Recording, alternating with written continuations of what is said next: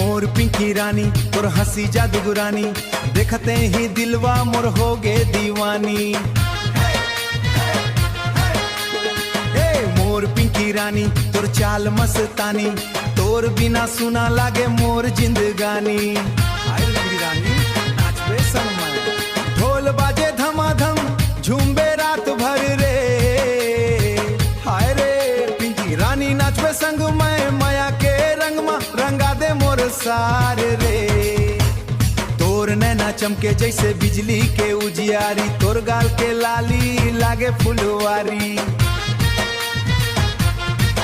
हाँ गली गली घूमत हो तोर नाव जपत, सपना में रोज आवस मोर दिल लुभावत। ओ पिंकी रानी मोर बात सुनना, तोर खातिर छोड़ दे हूँ दुनिया के सपना।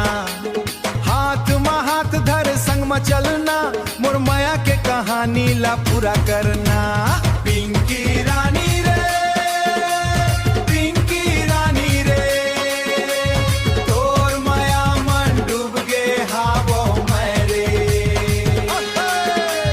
पिंकी रानी रे, पिंकी रानी रे, ढोल के तान में नाचबो संग रे।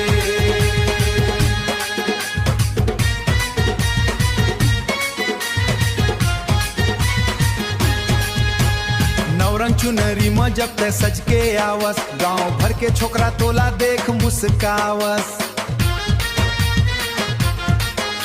मोर दिल के राजा बन गे तय धीरे धीरे, अब तोर बिना नींद नहीं आवे मोला रे। नाचा गमत मन झूमे सगरी गांव, तोर संग नाचत मां भूल जाथो ठाव। तोर माया के रंग हा चढ़ गए ते, जैसे सावन बरसे सूखे धरती मन रे।